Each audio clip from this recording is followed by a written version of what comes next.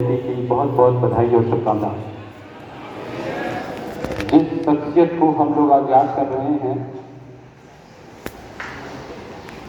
वो इस तरह के करिश्मेटिक शख्सियत रहे कि अगर किसी ओर चले तो करोड़ों लोग उनके पीछे हो लिए, अगर वो रुके तो करोड़ों लोग रुक गए, अगर वो बोले तो वो रिसर्च का विषय बना, और जब उनकी सांसें थम गई तो पूरा जग थम गया।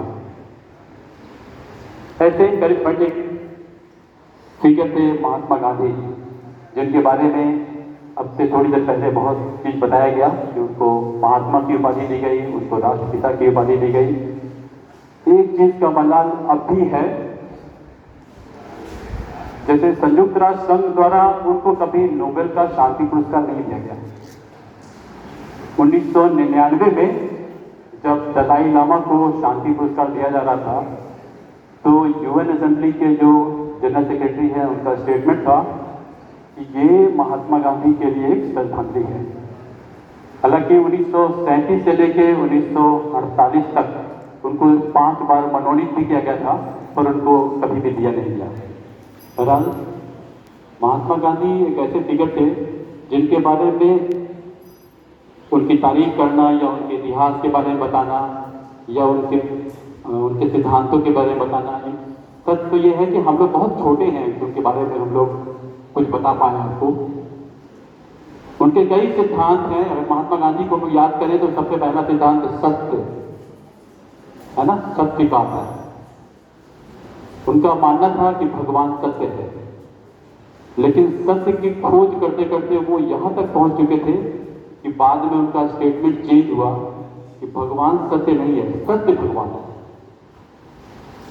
उनका मानना था अहिंसा, है ना, उनका एक सिद्धांत है अहिंसा।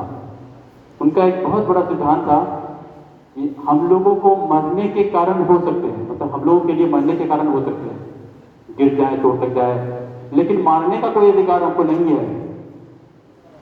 और ये सब हम लोग को कई चीज सीखने के लिए प्रेरित करता है। उनका विश्वास, उनका मानना था कि पूरे विश्व में चाहे जितने भी धर्म हो, पर सबका मूल एक ही है, और नैतिकता से ऊपर कोई भी धर्म नहीं है। यानी जितनी भी बातें महात्मा गांधी कर गए, जितना कुछ भी वो लिख गए, जितना कुछ भी वो बोल गए, आप यकीन मानो आज के समय में हम लोग उस पर अभी भी रिसर्च कर रहे हैं। अभी भी रिसर्च का विषय में महात्मा गांधी के कुछ स्टेटमेंट होते हैं, कुछ उनके बुक्स होते हैं जिस पर लोग रिसर्च करते हैं, पीएचडी कर रहे होते हैं। हम लोग शिक्षा की बात करते हैं, शिक्षा से जुड़े हुए लोग हैं, शिक्षा पे भी उनका बहुत सारा सिद्धांत है, और शिक्षा में भी बहुत सारे लोग रिसर्च कर रहे हैं उनके सिद्धांतों के ऊपर। तो वो साधारण शख्सियत तो नहीं थे, वो ऐसे शख्सियत थे जिस समय कोई मीडिया नहीं था, कोई न्यूज जैसा चीज नहीं था, न्यूज़पेपर भी चलता था, इस तरह का कोई मीडिया नहीं था जो आजकल सोशल मीडिया है कि कोई यहाँ की बात वहां कर दे। उसके बाद भी उनकी बात सुनने के लिए करोड़ों लोग इकट्ठा होते थे, उनके पीछे चलने के लिए करोड़ों लोग चलते थे। तो ये साधारण बात तो नहीं थी, ये हम सबको सीखना भी है। हम लोग आप लोगों के लिए एक छोटा सा प्रदर्शनी भी लगा कर रखे हैं आगे। अभी जब आप जाएंगे तो आप देखेंगे किताबों की कुछ प्रदर्शनी, पर आप जानिए कि जितनी भी किताबें वहां रखी है वो उनके जीवन का शायद 1% भी नहीं होगा जो उनके जीवन के बारे में बता पाए। वो इतनी बड़ी चीज है। यानी हमारे पास किताबें कम है, हमारे पास ज्ञान कम है, हमारे पास शब्द कम है उनके बारे में कुछ भी बोलने के लिए। हम लोग आज के दिन में सिर्फ इतना ही चाहेंगे कि हम सबको, आपको अकेले नहीं, हम सबको इंक्लूडिंग मी, उनके जीवन के कुछ सिद्धांत को हम भी आत्मसात कर पाए।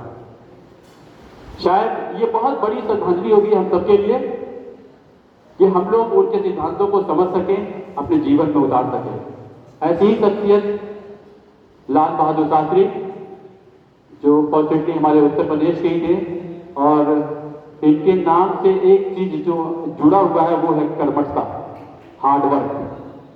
हार्डवर्क का कोई सब्स्टिट्यूट नहीं है, और ये चीज इनके जीवनी को अगर पढ़ा जाए तो आपको हर जगह सीखने को मिलेगा। उनसे हमको हार्डवर्क सीखना चाहिए। लाल बहादुर शास्त्री एक बहुत ही ईमानदार आदमी थे, बहुत ईमानदार प्रधानमंत्री रहे, बहुत ही तेज तर्रार प्रधानमंत्री रहे और बहुत ही कर्मठ प्रधानमंत्री रहे।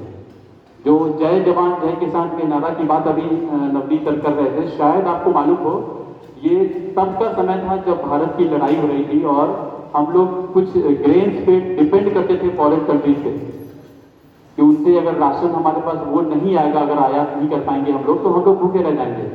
और वैसे में ये जय जवान जय किसान का नारा दिया, यानी हम सबको प्रेरित किए थे कि हम लोग अपनी मेहनत से उस अनाज को उगा लें और किसी के ऊपर हम निर्भर न रहें।